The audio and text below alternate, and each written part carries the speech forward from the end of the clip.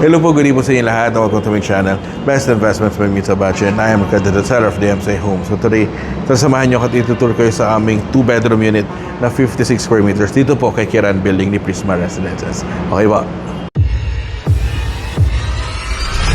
Hello po, good evening po sa inyo lahat. Hello po, good evening po sa inyo lahat. Welcome to my channel. So today naman, tara samahan nyo ako at itutur ko kayo sa aming 2-bedroom na project update sa Manang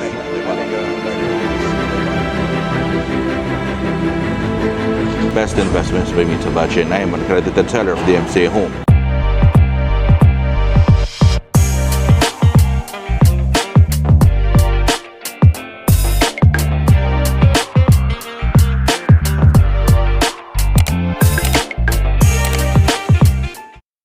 Hello po, kamusta po kayo? So ito naman right now, ang i-tour ko sa inyo is yung one of our 2-bedroom unit na standard size of 56 square meters.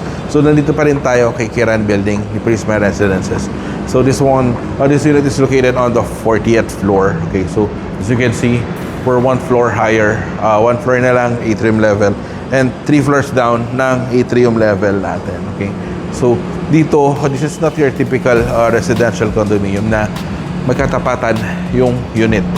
Hindi mo kita yung kapitbahay mo. So nakita mo naman, malaki yung kapitbahay mo. So dalawang single loaded corridor tayo. Diba? So magkalayo yung mga units natin. Not your typical na sa iba kasi ganito lang yan. Pakita ko po sa inyo. Ganito lang, ito lang yun. So let's say for example, ito yung unit mo. Nandito na yung kapitbahay mo. Diba? So parang sobrang tight, sobrang enclosed yung mga distance ng mga units natin. We're dito with all of the DMCA Homes project. Ganito yung hallway natin. So napakalayo sa ibang developers. So tara, pakita ko sa inyo yung unit nito. So this one is 56 square meters. Upon entering, dito agad pwede mo ilagay dito yung dining area mo. Because on this side, makikita po ninyo yung ating kitchen area. So sa kitchen area, spacious din. Same as our corner unit, diba? 56 square meters. Granite countertop, kitchen cabinets, yan, kasama lahat yan. Okay? And then dito ngayon, so dito pwede mo ilagay yung dining or living area, or you may also put on this side. So it's up to you kung paano mo i-interior yung unit. Okay? Pero dito ngayon, dito yung ating toilet and bath, wherein yung fittings and fixtures natin kasama. Enclosure na lang ang kulang nitong unit na to. Okay? And then, same as the corner unit, meron tayong storage for the washing machine. So, meron siyang sariling storage dito. So, pwede siyang gamitin pantry or extra storage, gano'n. It's really up to you kung paano mo siya gagamitin.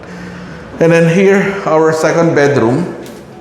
So, dito sa bedroom na to, medyo iba yung layout niya. Kasi, dito sa loob, meron pa siyang paloob. As I had said earlier, ito yung pinaka-standard na unit cut natin, di ba? Among the other 2-bedroom units, di ba? So, comparable din ito doon sa mga existing natin na 2-bedroom units like kay Brixton Place, kay Fairlane, kay Sheridan Towers, yan, kay Lumiere Residences. Ganito yung mga standard na 56 square meters natin na second bedroom. Wherein, dito sa bedroom 1, ito yung medyo may kalakihan na. Diba? And on this project then, window type pa rin tayo dito. So, mas madali ang installation ng mga air condition natin dito. We're in si bedroom 1 din, yung may access kay balcony. So, kaya ko pinakita sa inyo to because of this view. So, same din, ito nasa middle, other corner tayo. Kasi yung kabila, yung isang video na pinakita ko sa inyo is on the other side. So, ito nasa left side dito. Where dito, mas kita mo si Laguna de Bay.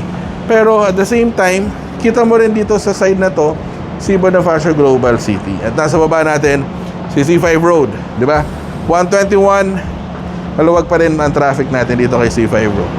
C5 area, okay? Ayan, so I believe that's it. That's our room tour here for our 2-bedroom unit na 56 square meters. If you want to know more about this project, nandiyan yung numbers ko na flash sa screen nyo. May contact me anytime. Through Viber, through WeChat, through Facebook Messenger, through WhatsApp. Pwede tayo mag-schedule ng online presentation advisor. Pwede tayo mag-schedule ng site viewing. Pwede ko kayo dalhin dito sa napakagandang project na ito para ipakita ko sa inyo yung mga actual model units natin dito kay Prisma Residences. Okay? So, again, thank you very much for watching po. Please don't forget to hit the subscribe button and notification bell para every time na nag-upload ako ng bagong video kay YouTube, ay ma-notify kayo. So, thank you for watching po. God bless po. Stay safe po. Bye-bye po.